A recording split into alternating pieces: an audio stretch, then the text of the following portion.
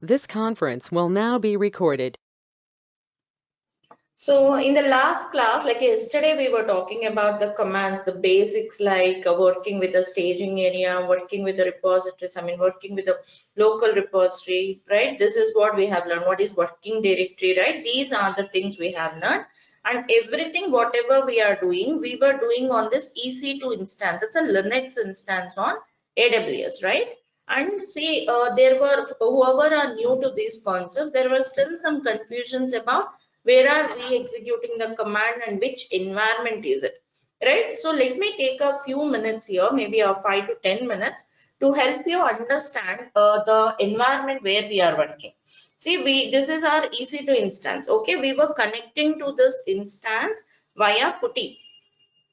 PuTTY is nothing but a client, an SSH client. Like you can imagine, it is like an interface through which you can connect to a remote machine. Okay, this is how we are connecting to our EC2 instance and doing the hands-on, right? The default username is EC2 user, as we are using Amazon Linux 2 instance. The key I have selected is not correct. Give me 1 second. Here, when you are connecting through PuTTY, here you have to select the PPK file, which we have generated in the last sessions. And the default username is EC2 user, right? This is how we have connected. Then switch to root user using sudo su hyphen. So root user is a super user. So here we are doing the commands. Like here we have installed Git and we have created a directory called Git demo, right? This is where we were doing hands-on yesterday. Just let me increase the font size. Yep. Yes. The PM file is different for each and every instance, right? You can choose a different PEM file for each instance, or else you can also select the same. Whenever you are creating. Because I tried with this. Okay, tell me. Select that one. It didn't work. For instance, what I created, I used for the same for the second instance in the PuTTY, but I didn't get it. That's the reason. Actually, whenever you are creating instance, the last step is there, right? Generate the key pair. Okay, there you should select. There are options. You can choose create a new key pair or else use the existing key pair. Okay, if you want to use the old PEM file, you should choose an option that like choose the existing key pair. Already key pair is created, so you should choose that one so that you are associating the key pair with the instance. So you have to associate the old key pair to the instance so that you could use the old PEM file to connect via PuTTY. You might have chosen there again a new key pair, and here from PuTTY you might be trying to log in with the old PEM file. That's where the problem is coming. Check once again. Friend. Entering host name, and when we click on load, is this what you're talking about? Which one? Is this Entering Rakesh? the host name. Yes, Preeti. Rakesh, can I help you on that at the end of the class? Yeah, so that you could share the screen if possible. Okay, I'll help you with that. Okay, note it down and listen here. Okay, I'll help you out at the end of the class to connect. Thank you. So here under root, we were working on this directory, right? Here are our files. Here we are working on Git, right? So, and again, I have seen, I have noticed people like whoever are new to Linux environment, again, trouble or finding difficulty working with the Vim editor. Okay, little practice will help you. Maybe as a beginner, it might be completely new to save the file, to create the files. But like I said, these are the very basics. Okay, with a little practice every day, you can go through it. That's perfectly all right. But just I would like to take here a few minutes and we'll show you the same on Windows so that you could relate very clearly what we are doing.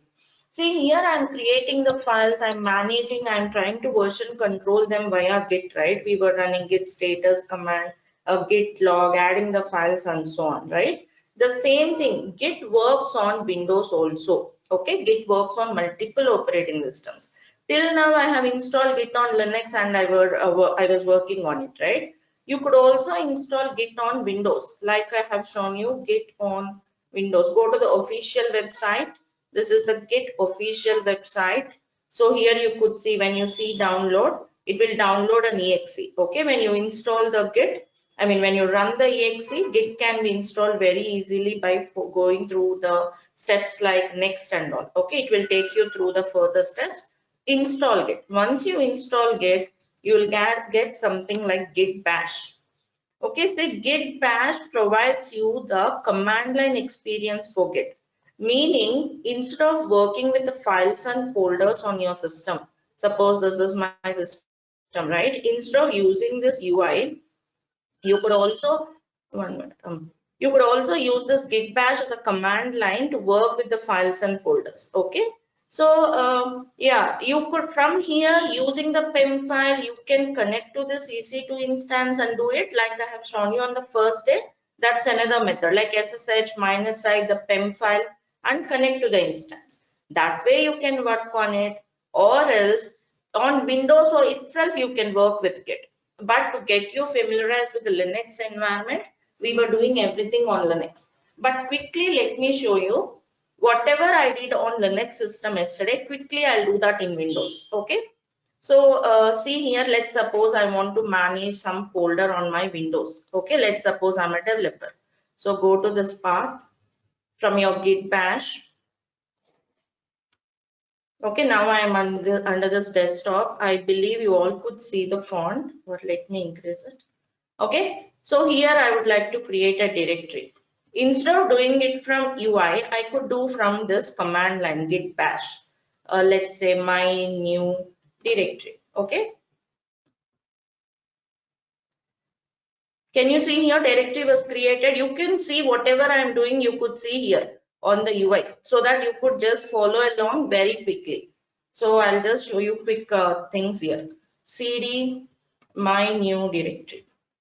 Why I'm showing you this, the reason also I'll tell you where you need it. So now I'm inside this new directory. Okay, let me also open this for you. Okay, now here I would like to start Git. So how to start Git, or how to create a local repository in Git?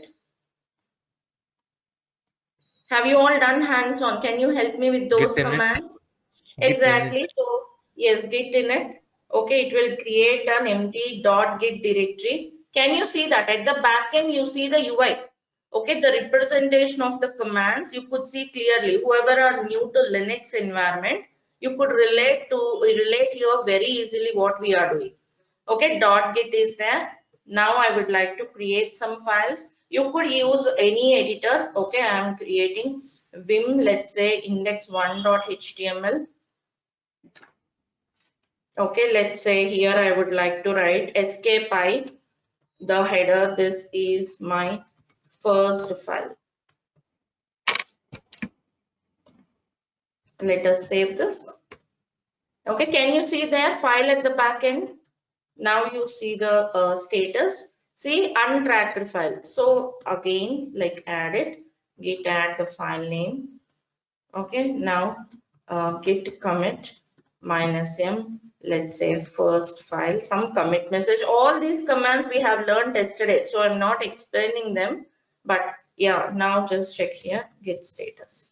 Do you see here? This is your file. Similarly, I'm going to create another file, index2.html. I'm adding some line here. This is my second file.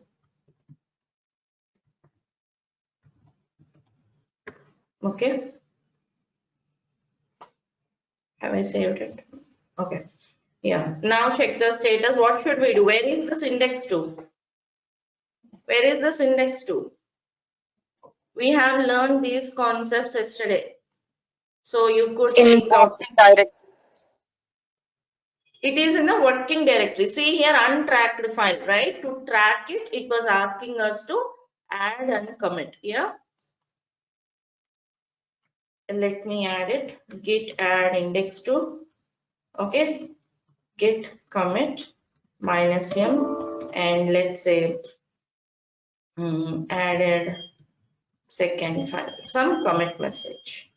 Okay, done. Perfect. Now if you check the status, See, it is all good. You could check the log. Any command you can run. See, the commands are same. Whether you use it on Windows or Linux, Git commands are same. And this is actually now I am doing everything on Windows, not on EC2 instance. Okay, from Git bash, like a putty, you can use it like a client to connect your EC2 instance, or else I didn't connect to my EC2 instance directly. I am doing Git on Windows.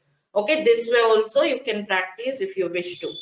Okay. Similarly, if you want to delete any file like we did, RM will help you delete the files. Let's say I want to delete this index2. Okay, so now do ls. See here, can you see the changes at the backend UI? File is no more. Okay, check the status. It was showing changes to be committed. Git commit -m. Let's say file deleted. Okay, so done. Now check the status, right? You could see that tree is clean. So everything you can do from here. So if you wish to work on Windows, continue the same. That is perfectly fine. But you should get familiarized with the Linux environment as we are going up, like with the Docker and all. Definitely you need to work on Linux environment. Okay, that's the idea of showing you this. And one more thing. See, actually in real scenarios, let's suppose this is my local machine. Maybe I'm a developer, or else let's say I'm a DevOps person. I want to write Ansible code, Ansible files, YAML files, or Kubernetes files, or Terraform code. Okay, what you can do, instead of creating files like this, there are so many development environments, IDEs, right? Like Eclipse, you have IntelliJ, or else you have Visual Studio Code, which supports many frameworks. Okay, you could use any editor or an IDE to do this. Let me show you. See, I'm launching a Visual Studio Code as an editor. You could use any editor of your choice. I would suggest Visual Studio Code, which will help you working with the different file formats. Download link I'll provide if you want the Visual Studio Code download link. Okay, just come here. Okay, you could open your same files. Where is our folder? Go to File, Folder. On the desktop, this is my code. Let's say these are my Ansible code. Okay, select it. See here, you could also develop the files here, or else you could write your code here. Okay, you can write your code here, like any changes or new files also you can create. The same will happen here. Just I'm opening this folder through the IDE. Got it, all of you? So this is the right method, because we will be writing huge files or huge configuration files may be there which you have to modify. This is like this will be working on our editors. Okay, manage with your Git. This is like your local repository, then push to remote. From remote, you will be pulling them to Ansible server and so on. Let us not go to that extent now itself. Okay, let us confine till this part. So you could develop your code base here and push to remote. Okay, so shall we do this method now, or shall we continue from EC2 instance? Anything is fine. Both are absolutely same. So this is what I want to show you, because whoever are interested can try doing this. You could start working like we did yesterday here, or else you can also work on your Windows machine, right? So it's up to you. The best method I would suggest is go through this editor, develop your files, work with Git here. Push to remote, pull them onto remote server and work on it. Okay, I would like to continue the same. Shall I proceed doing the same? Yeah. So where is our local repository? This is our local repository. I have got some index1. So yesterday we were talking about git ignore. Is git ignore completed? No, right? Let me replicate this. Okay, I should start with git ignore. Okay, I'll just replicate the scenario. Okay, just give me a minute. I'm having only index1. Let me create index2, or else a new file index3. This is another new file.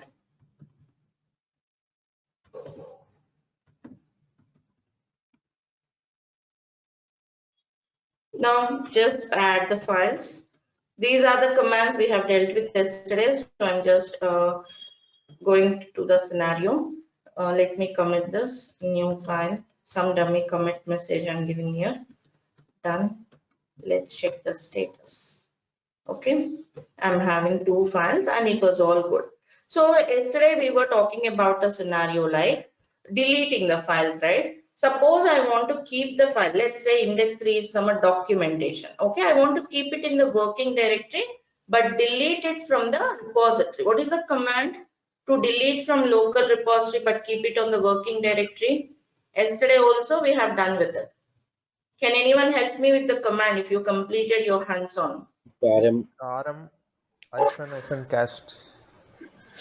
Exactly, git rm cached, okay, and the file name index3, right? So now do ls. See, the file is there in the working directory. You can see that here.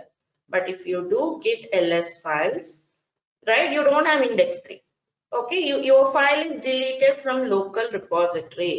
And at this point, if you check the status, see, it asks us to commit. We have made some changes to the staging area, so it's asking us to commit. So let's commit the change, git commit -m. Let's say file deleted from local repository.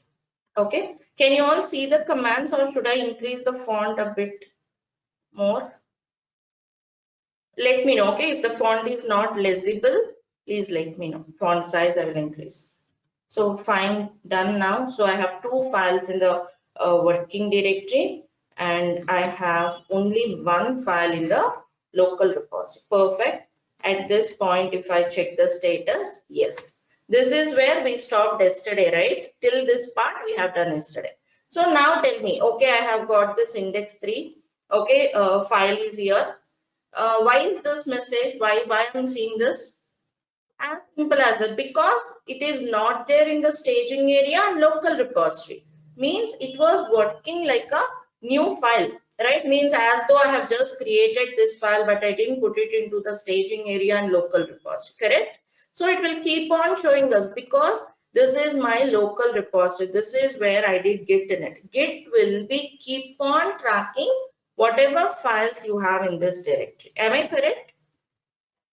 So that's the reason it will be always asking us to add this and comment. But I don't want to add and comment because this is some documentation I have taken for my project. I don't want to keep it. If you want, you can also check the things happening here, or else you could relate to it at the back end here.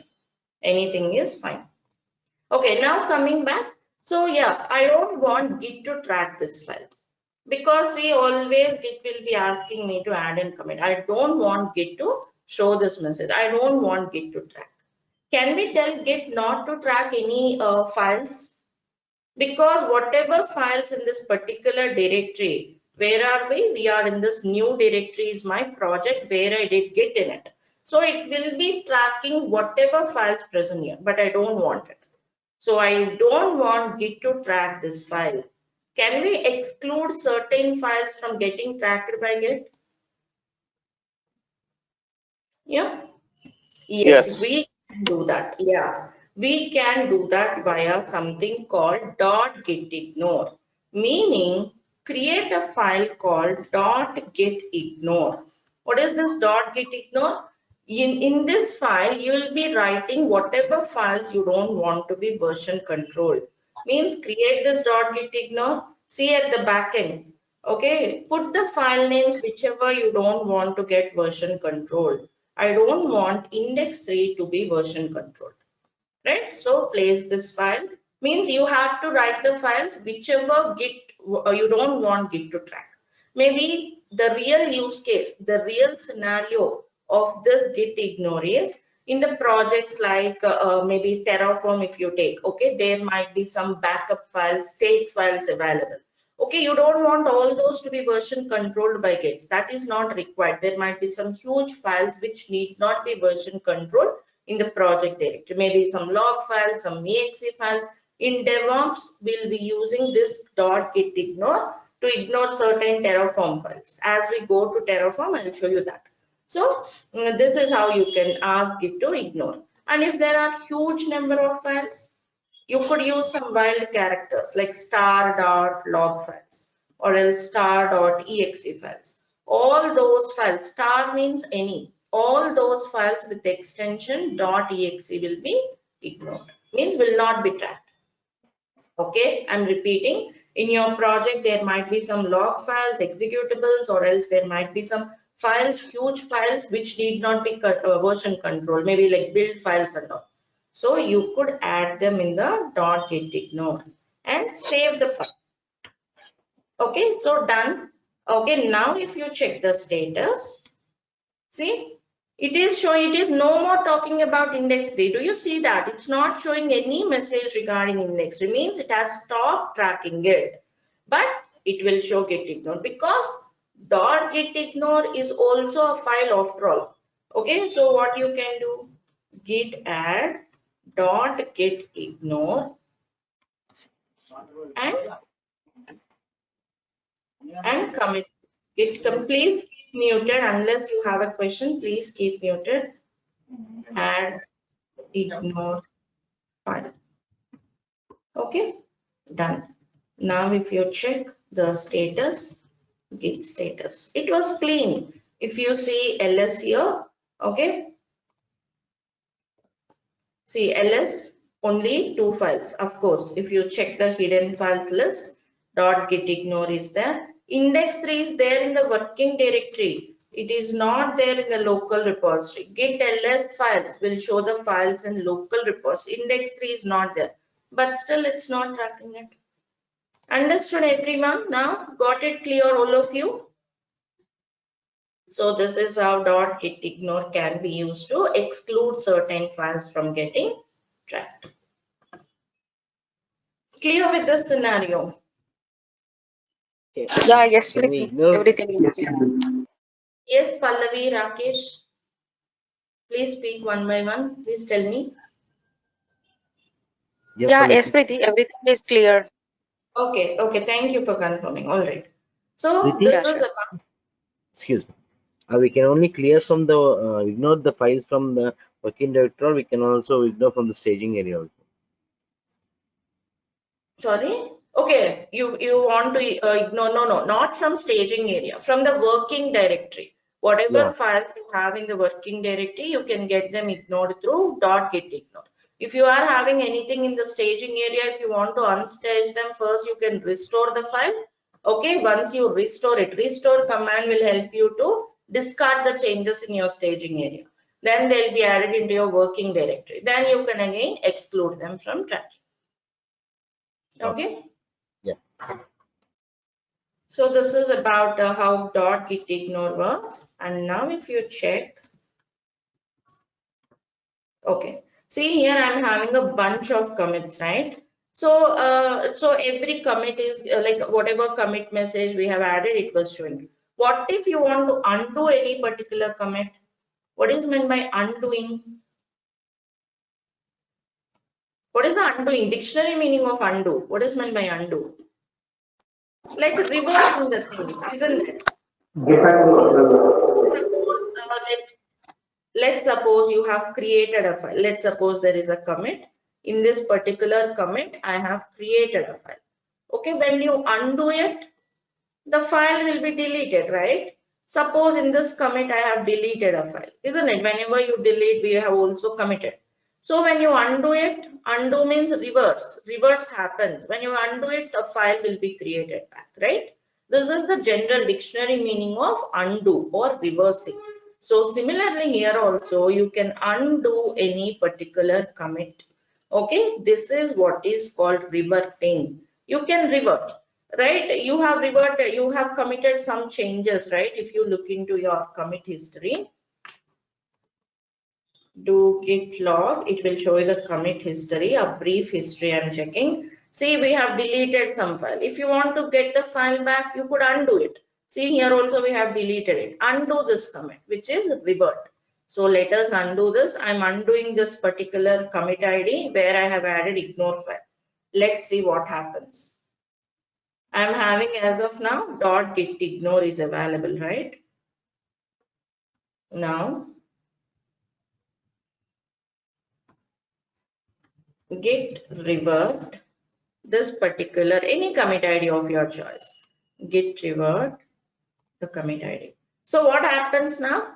It will undo the things. In this commit, you may have done multiple tasks. You may have created a file, you may have deleted. So whatever changes you have done in this particular commit, all those changes will be undo. Okay, will be reverted. And also here a point to note. Revert command works like a commit command. What does it mean? Revert command, like every commit command, whenever you run commit command, commit ID is generated, right? Same is the case here. ID will be generated. You may call it as commit ID or revert ID, whatever it is. You will get the revert ID generated. Okay, when you get the ID, you could revert this revert again. I mean to say here, let's say there is a commit A. I could not refer this alphanumeric, so I just said A. Okay, you will revert it. Okay, so that's what I'm doing. When you revert, yes, another ID B will be generated. You could revert this again. Any ID you could revert, right? So you'll get again, you will go to this position, which is means of course another new ID will be generated, but you reach this state, isn't it? You are reverting, again reverting it back means you will reach this state of your repository. I'm not talking about the IDs here, the state means the same changes will be there. What is that exactly? I'll show you. Please wait. Give me a minute.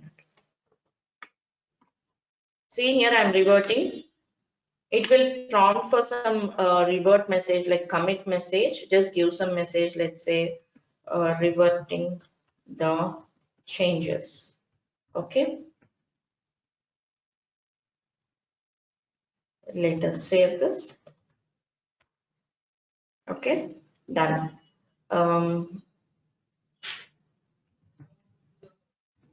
Now just check this log. See, do you see that another ID is generated and check the status. See here, why is index 3 getting tracked again? Because I have undo the thing where I have added ignore file. Means ignore file is gone. See here at the backend in the repository, in the directory, in the folder, you don't have .git ignore. So index 3 is getting tracked again. Got it, all of you? Understood? Yes, Preeti. So if you want this again, if you want the ignore file again, you could revert this revert again. What I'll do is git revert this ID again. Okay. It will prompt for the revert message. Reverting the changes, let's say again. Some message like commit message. Okay. Now check the log. See, another commit ID was generated.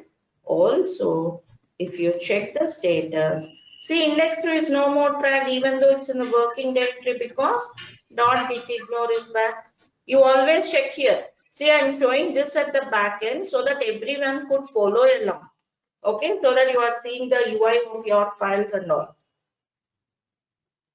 Okay, you also check what is happening at the back end. Right, that's how you could use the revert command to revert any particular commit ID to undo the changes. Similarly, some of you are asking yesterday, we have deleted some files, can you get them back? Yes, of course. You are registering them, right? You are committing them, a commit ID is generated, see file deleted. You could undo it so that you could get your file back. Okay, so try doing it, like try reverting those commits also to see those changes back. Right, this is about. Yes, Arvind, I have a please. doubt. Can you explain the git restore command with an example, please? Sure, we'll do. Okay, at some point as we go by, whenever I came across, I'll show you. Okay. Yeah, sure. So that you will get your changes back to your staging area. Sure, Arvind, noted. Okay, I'll show you. Right. Git log. Yeah. See, I'm having a bunch of commit IDs now, right? These are the commit IDs we are having. Suppose here, let's say I want to, let's suppose I'm working as a developer or else a DevOps person writing some configuration files. and after some days, or let's say 1 week or so, I'm seeing this huge commit history. Okay, at some point, if I want to undo them, what if I want to undo? Yeah, meaning I just don't want a bunch of all these commits whichever I'm developing from a week or else 10 days. Means I realize that these changes are not at all required. Maybe the client requirement was modified, or else I analyze that this code will not work. I don't want any code changes happen during this, let's say successive 1, 2, 3, 4, 5, 6 commits. Okay, top 6 commits I don't want. Latest 6 commits means successive 6 commits, let's say. Okay, I don't want these successive 6 commits, or else let's suppose I don't want the changes here, as well as I don't want these commits should be placed in the log. Means I just want to wipe them off from the commit history because they are of no use. And remember, we were still in our local repositories. We didn't go to remote it, right? Before going to remote, there are many other things we have to learn. Once we are done, we'll push to remote. So I don't want any code changes in this successive 6 commits, as well as I don't want to put them in the commit history. I just want to get them wiped off from the commit history. Is it possible? Can we do that? Of course, yes, we can do that. Yep. So when I want to undo these 6 commits, means successive 6 commits should be wiped off. You have something called reset. Git reset hard.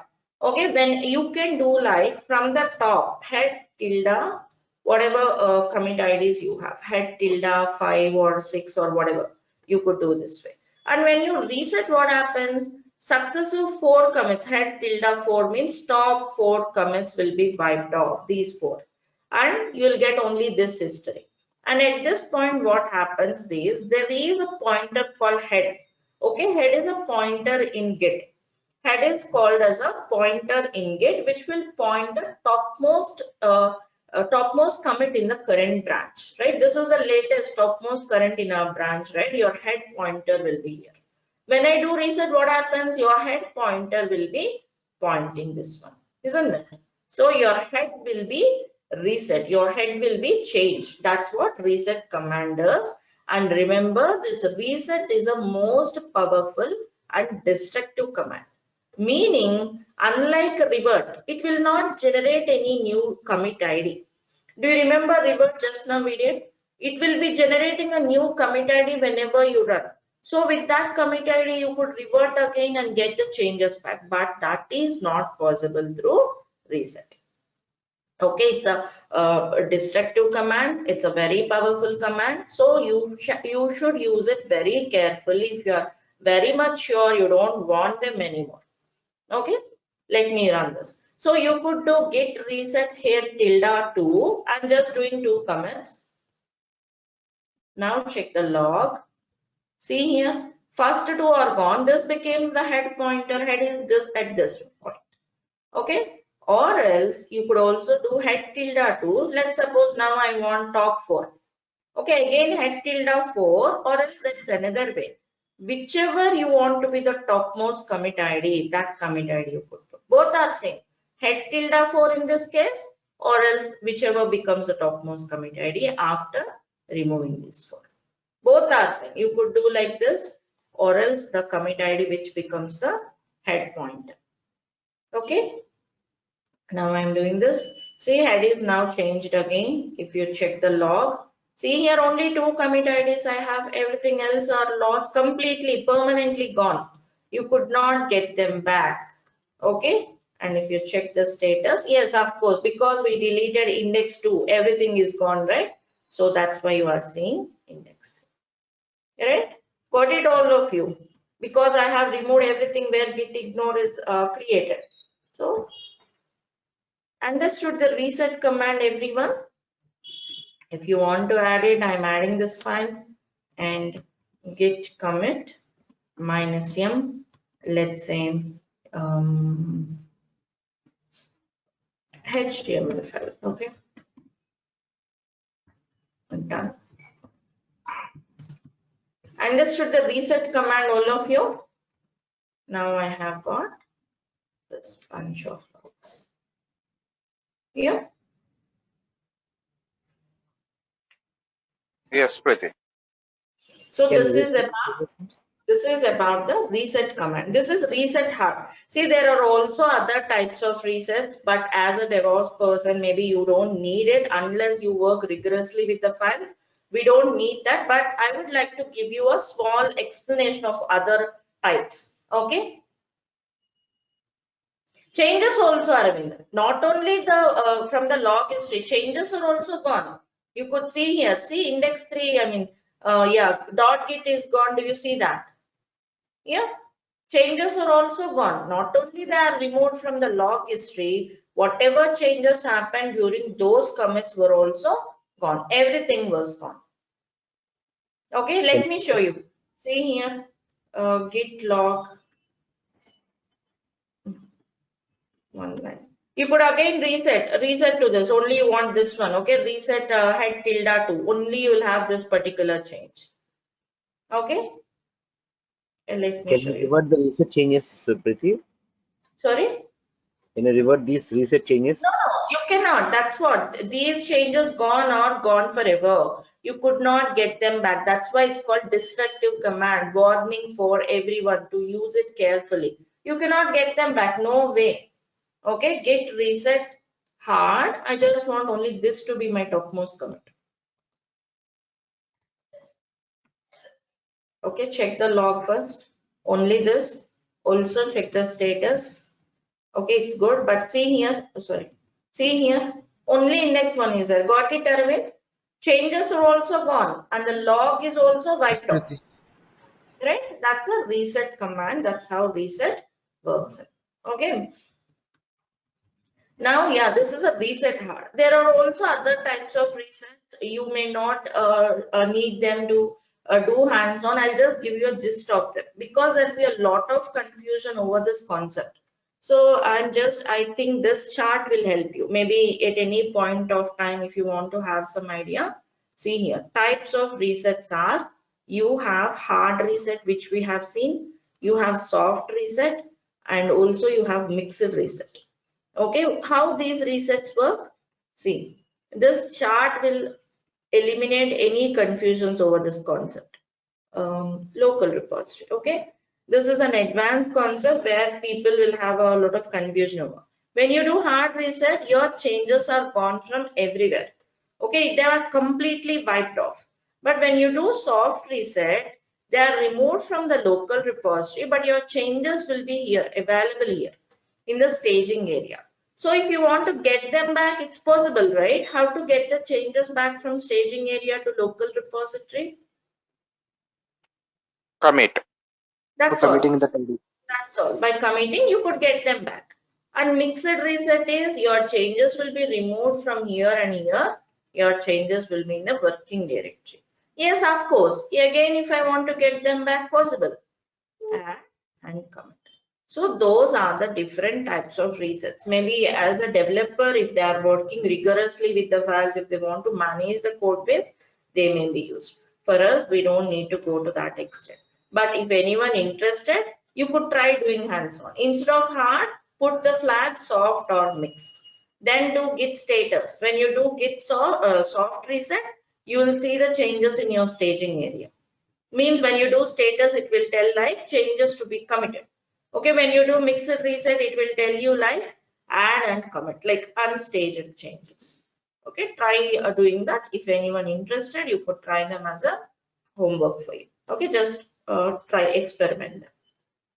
So that's about reset. Like I said, it's not a command which we use on regular basis. Very rarely, like if you are sure after working for 2 days and all, if you just want to get rid of all these changes which you have done, like past 10 commits or past 20 commits, if you want to get rid of, you can go for it. But remember, you cannot get them back. So be careful. Okay, that's about the reset part. So, yeah. That's about the reset, and now let us get into much more advanced concepts. Can I proceed? Very important. And the next concept, can I move on? Yes, Preeti. Yes, Preeti. Right. See here, whenever you are seeing status, till now you are seeing something like this, on branch master, but we ignored it till now, right? We didn't discuss anything about it. Now let us talk about this branching concept in Git, which is very important and which made Git very famous. Of course, branching is available in other version control systems also, but the branching feature and the branching, flexibility Git allows is really awesome. You can manage your repositories, maintain your code base so well, and collaborate well with other developers with this branching concept. So see, whenever I say developer, imagine it could be anything. Okay, I am just getting developer as they use this much, but like I said, everyone will be using a Git to manage their files. So what is this branch? See, always imagine our local repository is there, right? We have created local repository, and till now we were creating so many files, right? Whatever files we were creating till now, maybe index 1, index 2, all of them by default are set to be in the master branch. This is the default branch or the main branch or the master branch in it. Okay, the main one, default one. Whatever changes we are doing by default are set to happen in this master branch. You can imagine branch is like a directory, a virtual directory. Imagine always this box is a directory. So in this we are creating a files. Okay, perfect, fine. I'm working for some requirement, functional requirement 1. Okay, let's suppose I have got some other requirement, functional requirement. I should work on this as well. And again, I need the same files for them. But of course, code changes would be different. Files are same. Okay, fine. I'm writing everything on the same folder. Imagine master is like a folder, a virtual folder. Perfect, I'm doing this. After some 15 days, I want this functional requirements to be pushed to remote. Okay, also let's say this is for November release. Maybe this is for next year March release. So I just want to push these changes. I want to release only them. Is it possible? Because if I put everything on the same folder, after few days, I could not identify which changes or for what release, right? I could not maintain releases this way, isn't it? Changes goes messed up. I cannot identify which line is for which requirement, correct? So rather what you could do, rather than placing all the changes in the same folder master branch, I will create another directory which is a copy of this master. Okay, I'm creating with a copy of master branch. I'll give some name as B1 or a feature branch or else bug fix branch. Okay, here when I create a copy, I'll get everything from here. So they are saying only till I make a copy. After creating this branch, they work like two parallel entities, meaning whatever changes I make here, any changes I may be doing here will not be visible to the master branch. Similarly, whatever changes you are doing here will not be visible here and vice versa. No, they work like two parallel entities. What is the use? So that I could develop requirement 2 here. I could make it a separate release like a March release or December release, whatever it is, right? So parallel development is possible. You could develop the features. You could work on different requirements, different functionalities this way.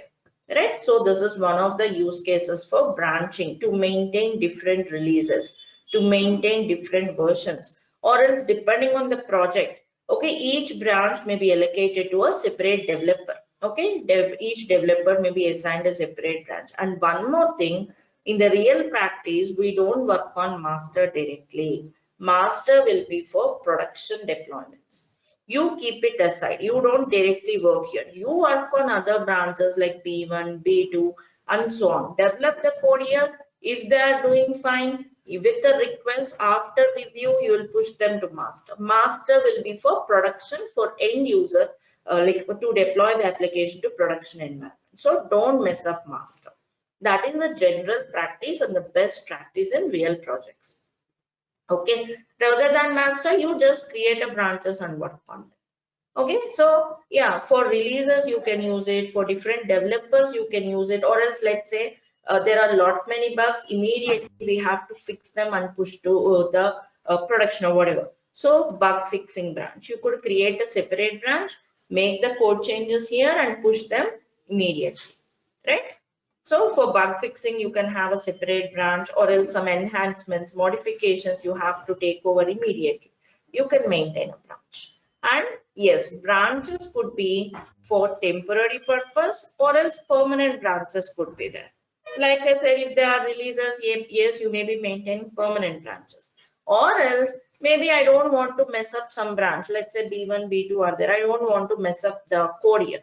So I may be creating a separate branch, develop here. If it is doing well, I can put it back to the original branch, like a kind of draft. Later on, delete this.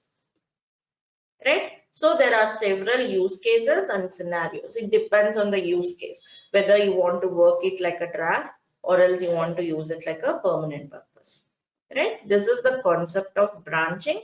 Again, there are different branching strategies, particularly where developers can follow. Like I said, each developer may be assigned with a separate branch, or else they may be maintaining branches for different releases. So it all depends on the application and the project. Okay, but the general scenario is master branch will be for production deployments. You will work on other branches. Okay, once they are doing them, you will merge them to master. Am I clear? Everyone understood? So in the same repository, you can imagine like master, B1, these are all like virtual copies, virtual directories. Okay, so you could switch to this branch, work on here. Once it is good, you could merge to master and later on delete B1, or else you could maintain it and push to remote like you push any other branches. So this is the concept of branching theoretically. See here, you could run the command git branch.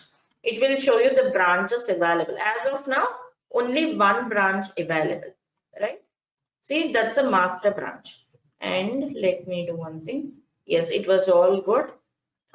Yeah, I'm having only one comment. That's okay. So one commit, and if you check here, git log 19. Okay, you are having one commit and one log, right? So let me create a branch here. Okay, how do you create a branch? Git branch, any branch name, new branch name. Let's say I would like to give the name as B1, and the parent branch name, parent branch, master branch, the main branch B1. Okay, now if you check the branch list, see, now two branches, but star asterisk indicates on which branch you are on. We are on which branch now? Master branch. You could confirm this way, the asterisk shows on which branch you are on, or else you could also check the status on branch master. Shall we switch to B1 and see what are the changes we have there? Yeah.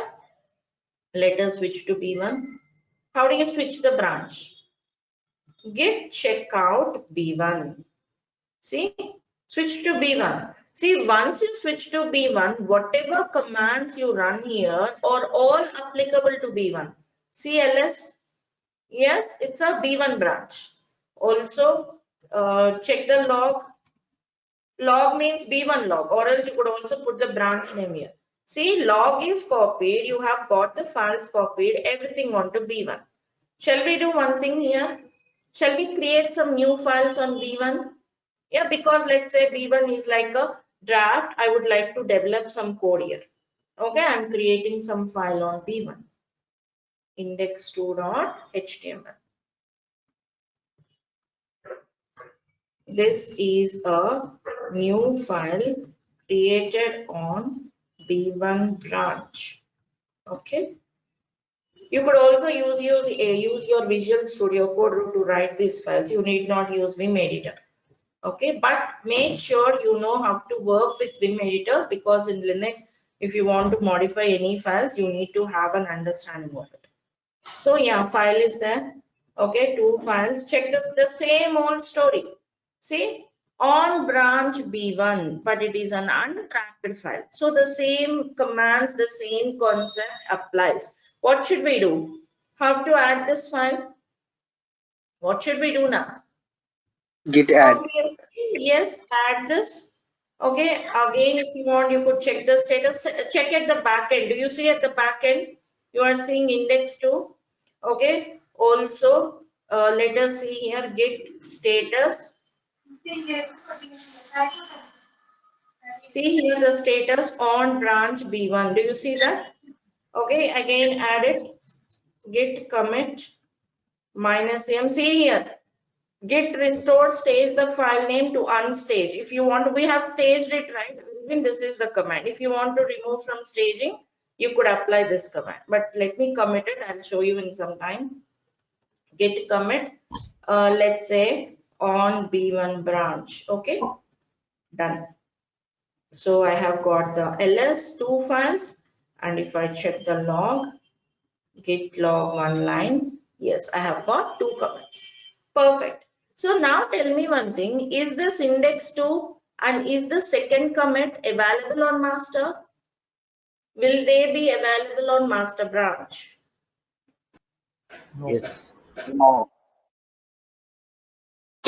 No, it's not Yes. available on master branch because we didn't push it to master branch, right?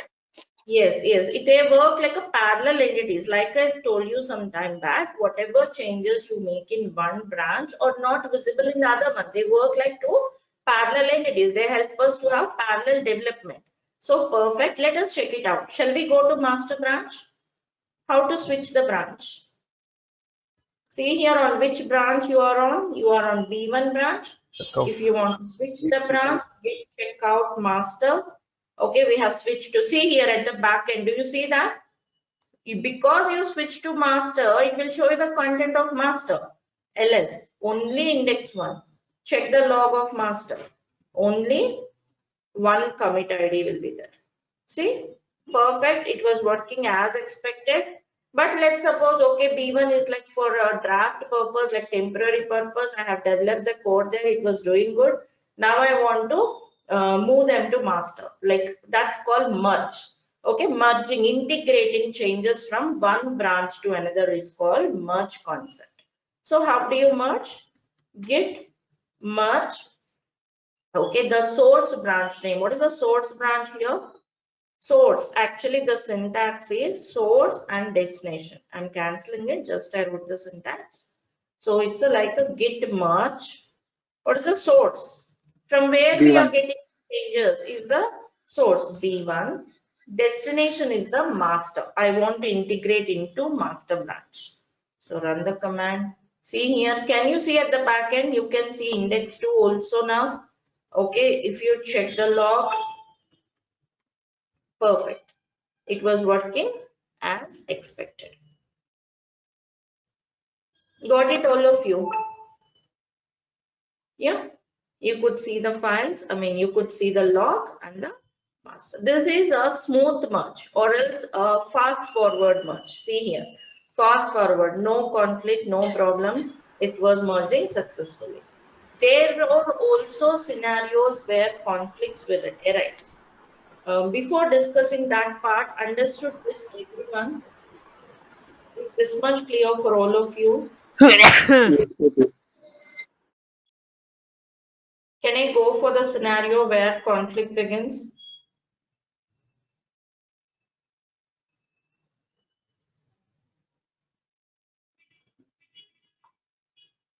So now what you can do? Let us replicate, let us look into another scenario. Which branch we are on? Obviously we are on master branch. Yeah, let us do one thing.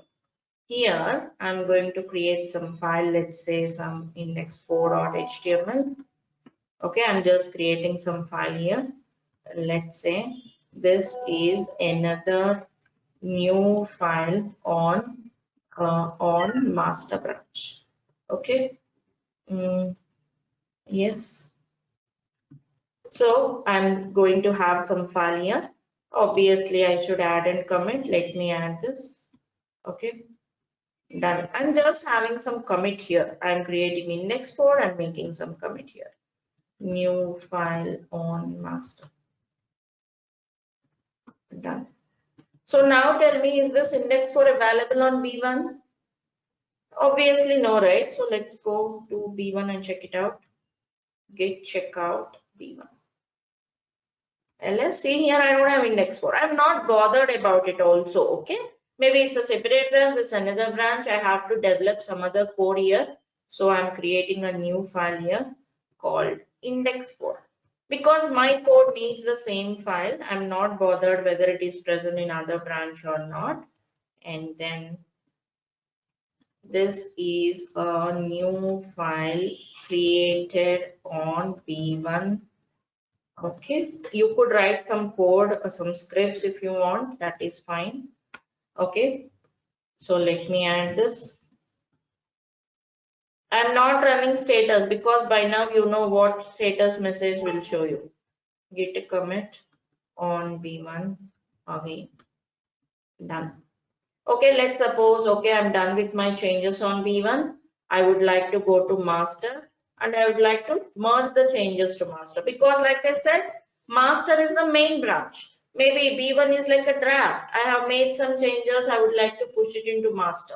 So what is the command to do this merge? How to merge it? Yeah. Git merge B1 master.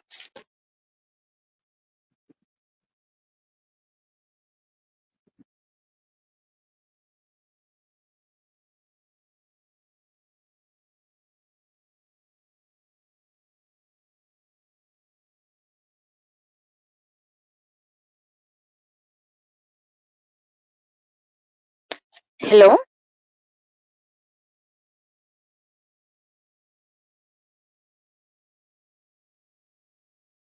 Yes, yes. There is some disturbance. Give me 1 minute, please.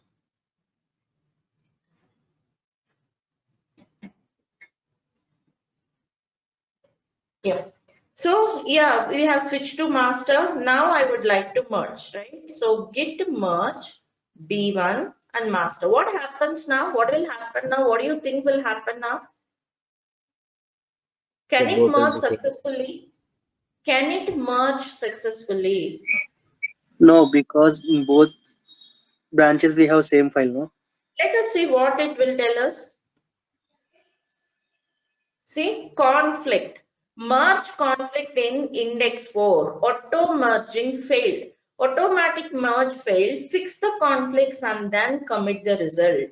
Means, see, Git is after all a tool. Okay, it cannot decide which changes to keep because it's not a developer, right? Or else it's not a person who created those changes. So it cannot decide which changes to keep. And it will ask you to decide the conflicts. You have to fix the conflicts. There is some conflict. You have to resolve it as a developer, as a person who created them. Okay, but why did we get a conflict? Anyone? Why do we got the conflict? What is the reason for the, how to fix it? I'll tell you. What is the reason for this? What is the reason for this conflict? Index 4 is available in both the branches with the same file name. File name, of course, file name, but it's not just because simply of the file name. File name and there is something else beyond that. Let me explain you. Because generally, yeah, please. Yes, Harin. Content at same line. Content at the same line, but exactly it's about the commits. Let me tell you here.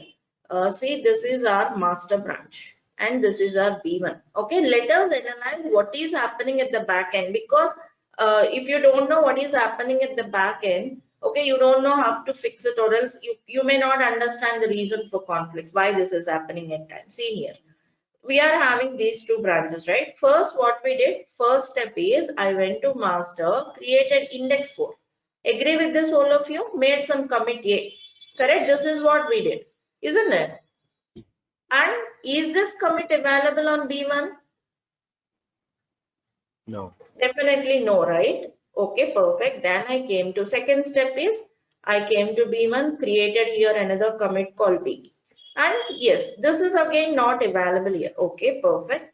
And after some point of time, if you check the log of index 4 on master, okay, if you check the log of index 4 on master branch, this would be the snapshot of it. Simply commit here. And the snapshot of index 4 on B1 is this one. And what is the concept of or the meaning of merge?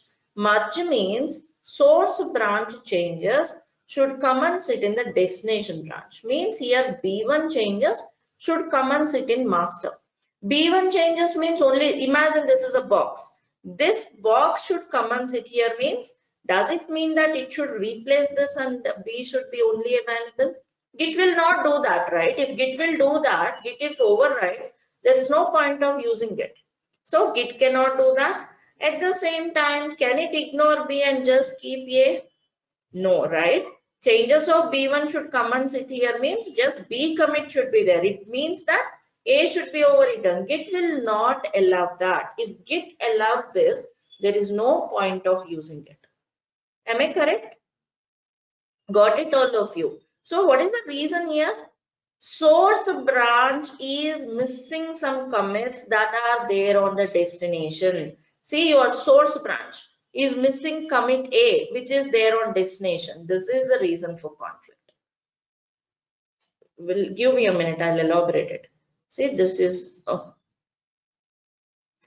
missing here. Okay, if A was there here, what happens? Yes, AB perfect. When you merge, A is already there. So you are trying to put AB perfect. There will be no conflict even though file name is same, isn't it? So meaning only the point is source is missing some commits which are there on destination.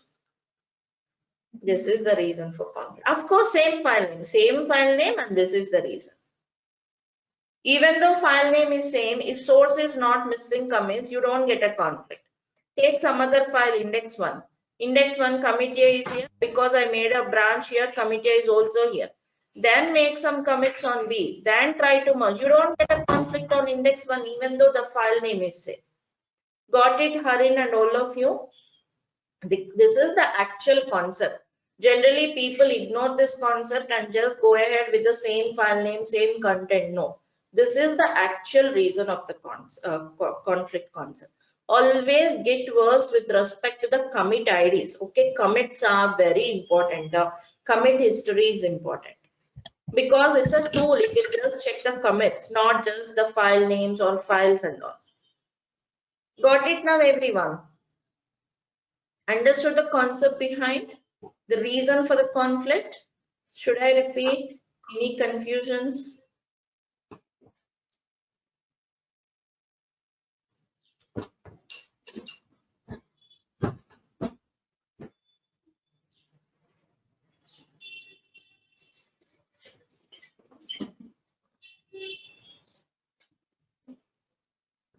Yes. Should I repeat? Is that not clear? Should I repeat anywhere? Please let me know or understood. Hello.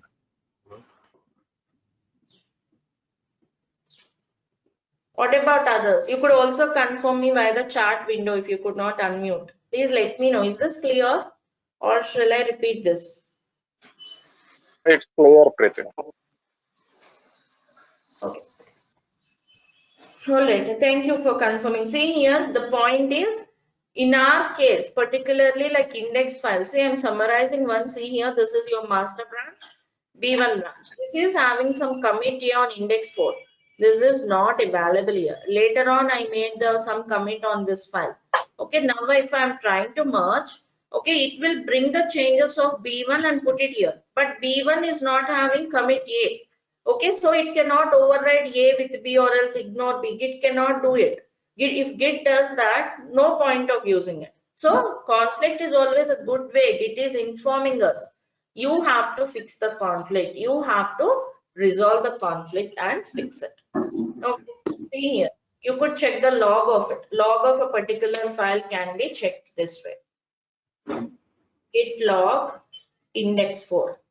Okay, that will give you the log of the particular file. Okay, this is the log on master. If you check the log of V1, that's a different commit there. So that's a conflict because this commit, whichever in destination, is not there on V1. Or else if it is confusing, if you don't want to go into this much depth, just understand you get a conflict because of the file name and the source is missing some commits which are there on destination.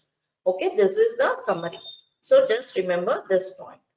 Okay, fine. We understood the reason for conflict, how to resolve it. We are on destination branch, right? So open this file on the destination branch.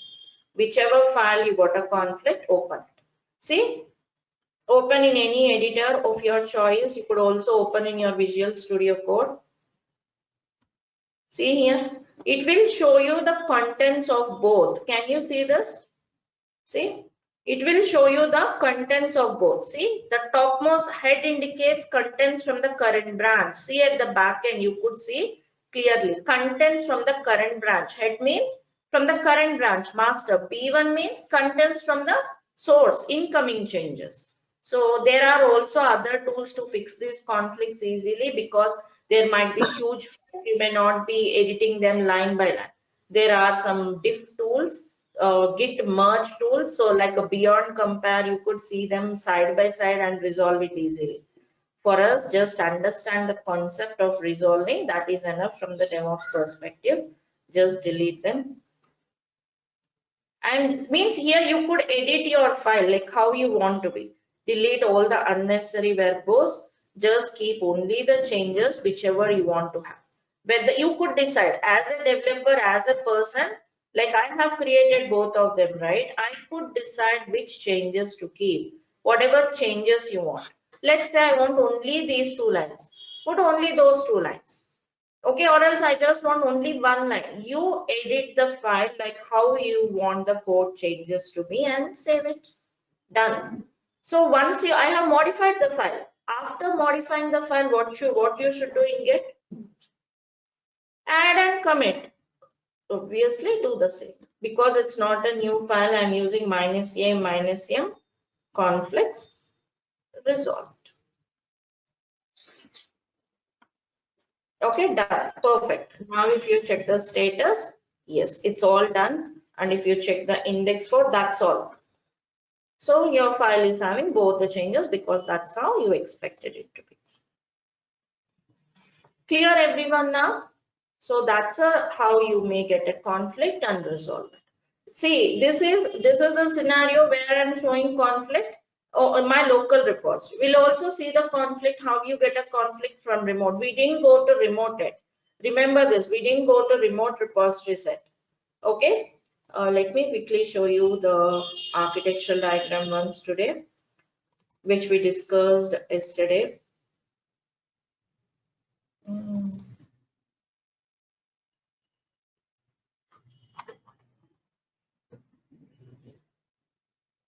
Yeah, can you see here?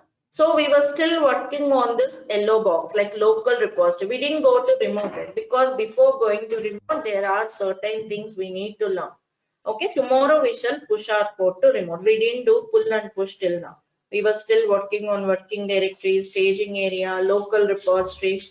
Okay, so that's about the concept of branching, conflicts, resolving the conflicts, and smooth merge and merge with the conflicts. Then we have 2 more additional concepts, I mean advanced concepts before we go to remote, like we have stash concept and then rebase concept. Okay, those are again advanced steps. We shall talk about them tomorrow and then push our code to remote. Tomorrow remote repositories and those 2 additional concepts. Any questions till this part, please let me know. Preeti, Yeah. can we get the files committed till last week? So I don't want to changes of the made till date. So I want to fill whatever changes actually. Which files, Rakesh? So I have developed a code and file. So I want the reward changes till last week. So I don't want the code changes that are made in this week. I didn't get that. You want to delete the changes, you mean? You want to get rid of the changes you made till last week? Yes, yes. Not till last week. I want the file that was developed till last week. I don't want changes from the current week. Okay, you want to check a particular version of the code, right? Yes, You want yes. to check the particular version of the code. See, one thing is you could check this way, git log one line or else git log the particular file name like maybe index2 and all. Okay, this will show you the complete list, okay, complete commits. You could check this particular commit ID, git show the particular commit ID will show you the changes of the particular file. See here, this is how you could see what changes happened till that particular commit. You could do this way, or else you could also use tags to do that. I'll show you tags concept more.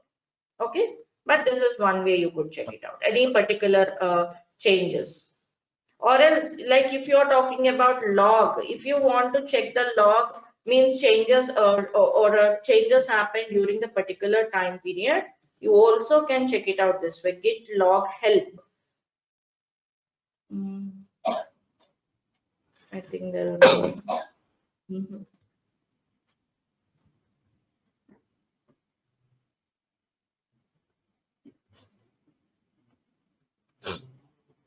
You could check the complete manual of it. 1 minute.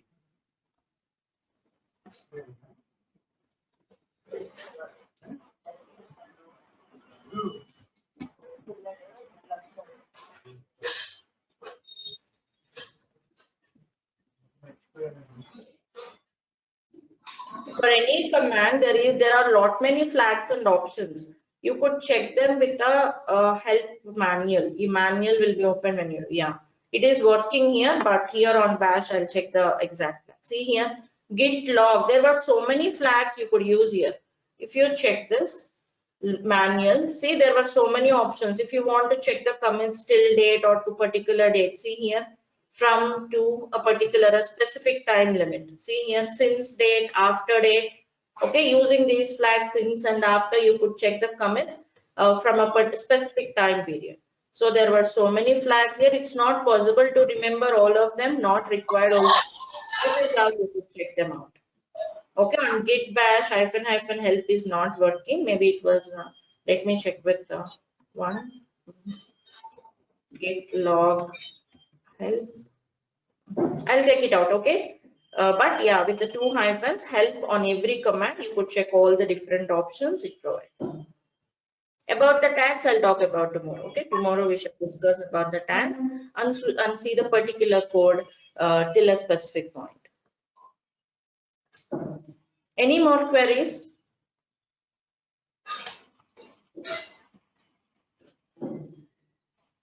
Can I explain regarding what I asked in the start of the class, right? What is that? That's putty issue. Oh yeah, okay, yeah, got it.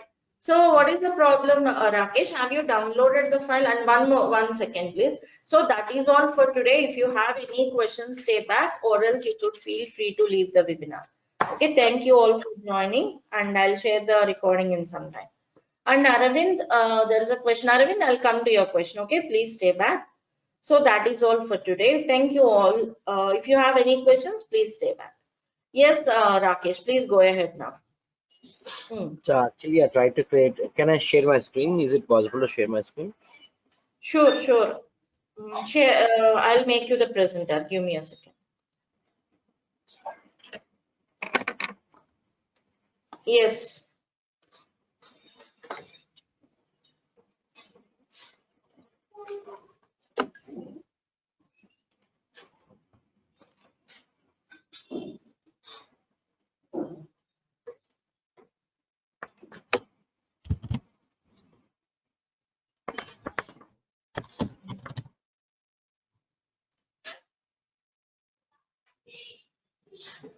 First, can you please show me the instance? Yeah. This is the running one. Okay, once please select it. Once please select the running instance. checkbox. Select the checkbox. Scroll down, please. Yep. No. One scroll down, please. There, the details. Or else just scroll the scroll bar. You are having the scroll bar there, right? After the instance. I want to check the key pair associated with. Just scroll it. Horizontal scroller. Horizontal scroller. This one? Yeah. Yes, please. Yeah, once show me the key name. EC2 instance is the key name, right? Yeah. Once go to the, on the left hand side, there are, just go to EC2 dashboard once, please. EC2 dashboard, huh? Oh, yeah. That one only.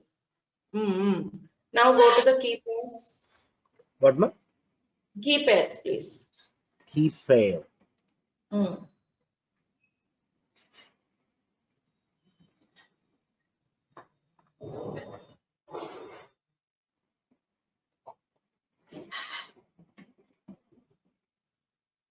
Hello?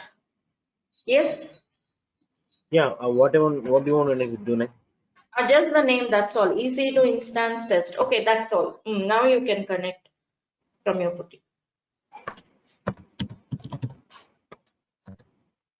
Have you converted that, like, have you generated PPK file from it?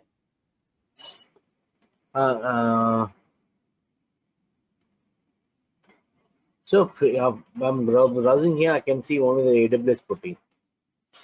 No, not this one. You have to generate a PPK file.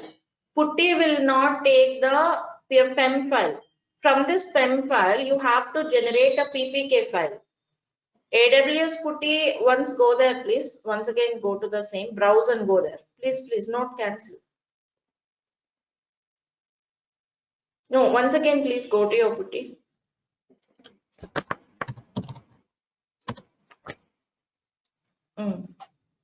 Once do the same, SSH auth, browse the file. Browse it. So this is one, select that AWS Putty. That is the one you have created some time back, I believe. That is the one for the previous PEM file, I believe. Once, just what is the name of the previous one?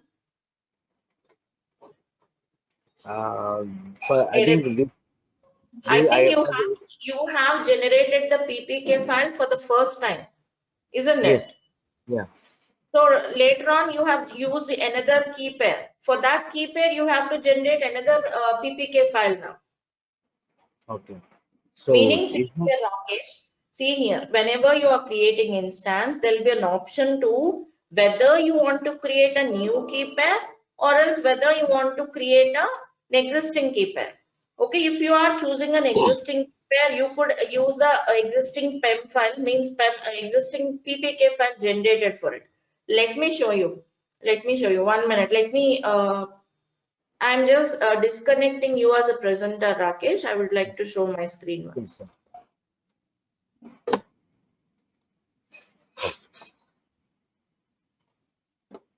Just see here, whenever you are launching your instance,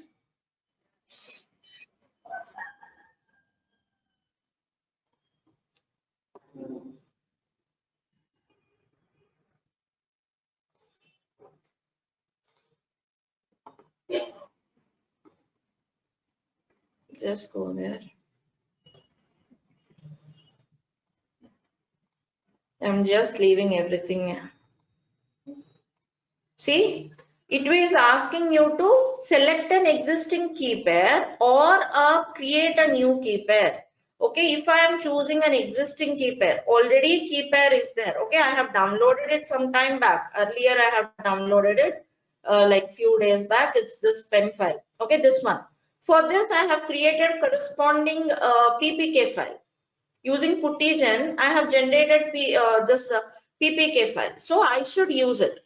Okay, or else see here, if I choose an existing new key pair, it will ask me to download the new key pair PEM file. For that PEM file, correspondingly, I should generate another new PPK file. That PPK file, I should browse it and select it in the Putty to connect to the instance. Okay, you can either, you have to associate the PEM file to your instance. So whatever PEM file you have associated, corresponding PPK file should be used. Got it, Rakesh? Yes, got it, Preet. For every PEM file, correspondingly, there should be a PPK file created. So whatever PEM file you have attached, means whatever key pair you have attached, for that corresponding PPK file should be attached via PuTTY. For the instance, whether you will be creating, you will be using the existing PEM file, or whether you create a new PEM file, it's up to you. New key pair, it's up to you. Got it now?